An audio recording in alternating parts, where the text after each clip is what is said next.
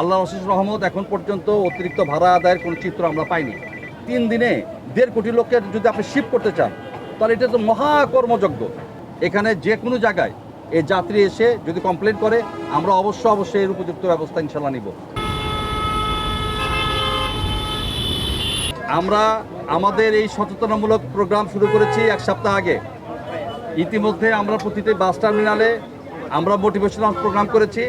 আমাদের সঙ্গে আমাদের ঊর্ধ্বতন কর্তৃপক্ষ, আমাদের সঙ্গে আমাদের সড়ক পরিবহন মন্ত্রী মহোদয়, প্রতিমন্ত্রী মহোদয়, আমাদের শিমুল বিশ্বাস স্যার, পরিবহন মালিক, শ্রমিক, ডিএমপির কমিশনার মহোদয় থেকে শুরু করে সবাই ছিল।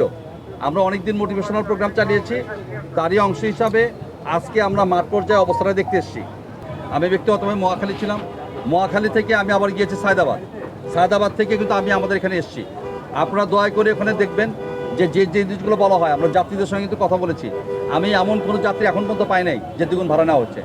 তবে একটা জিনিস এখানে একটু বলে রাখা ভালো, এসি গাড়ির ক্ষেত্রে আমার যত জানা আছে বিআরটিএ নির্ধারিত কোনো ভাড়া নাই কিন্তু নাই। এবং এসি গাড়ির কিন্তু মান ভেদে কিন্তু এসি গাড়িগুলো ভিন্ন ভিন্ন হয়ে থাকে। কোনো এসি গাড়ি অনেক এক্সপেন্সিভ, ওয়েল মেনটেন, এই এসি গাড়িগুলোতে ভাড়া নর্মালি বেশি, আবার কোনো এসি গাড়ির ভাড়া কম। সুতরাং সেখানে কিছুটা যদি ব্যত্যয় যদি থাকে, সেটা হলো লাক্সারি সার্ভিস। আমরা সেটা নিয়ে কোনো কথা বলছি না এখানে। আমরা বলছি গণপরিবহন সাধারণ মানুষের কথা। ঈদ উপলক্ষে তো আমি একটা কথা বললাম যে আমাদের কিন্তু অনেকগুলো চ্যালেঞ্জ ফেস করতে হয়। আপনারা দয়া করে একটা জিনিস ভেবে দেখেন যে এই 3 দিনে 1.5 কোটি লোককে যদি আপনি শিফট করতে চান, তাহলে এটা তো মহাকর্মযজ্ঞ। এবং কিছু গাড়ি দেখবেন যে হঠাৎ করে নষ্ট হয়ে গিয়েছে। তো এই গাড়িটা আপনি রাস্তার পাশে সাইড না করে আপনি কী করবেন? আপনার তো কিছু করার নাই। কিছু গাড়ি আছে যে সে চালিয়ে এসছে, ওই ড্রাইভার রেস্টে গিয়েছে। কারণ আমার তো এই টার্মিনাল তো পর্যাপ্ত রেস্টের জায়গা নাই। অর্থাৎ আমাদেরকে বুঝতে হবে যে আমাদের প্রত্যেকটা ক্ষেত্রে যে সুযোগ সুবিধা নিশ্চিত হওয়ার কথা ছিল সেটা কিন্তু নাই। আমরা অত্যন্ত কৃতজ্ঞ যে সমস্ত পক্ষরা আমাদেরকে সহায়তা করেছেন এবং এখানে যারা আছেন। আল্লাহর অশেষ রহমত, এখন পর্যন্ত অতিরিক্ত ভাড়া আদায়ের কোনো চিত্র আমরা পাইনি। এটি যে ঘটবে না এমন কোনো কথা নাই। এখনও কিন্তু যাত্রীর চাপ বাড়েনি। কিছুক্ষণ পর থেকে টার্মিনালগুলোতে যাত্রীর চাপ বাড়া শুরু করবে এবং কালকে এটা খুব পিকে উঠবে।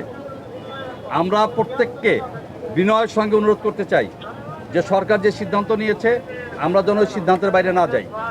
আমাদের কোনো অবস্থাতেই বাড়তি ভাড়া আদায়ের কোনো সুযোগ নাই। আমরা আপনাদেরকে বিনয়ের সঙ্গে অনুরোধ করি যে যদি কোথাও বেশি ভাড়ার এখানে দেখেন, আমাদের 999 আছে, এখানে বিআরটিএ ভিজিলেন্স টিম করেছে, আমরা কন্ট্রোল রুম করেছি, ওখানে র্যাবের কন্ট্রোল রুম করা আছে।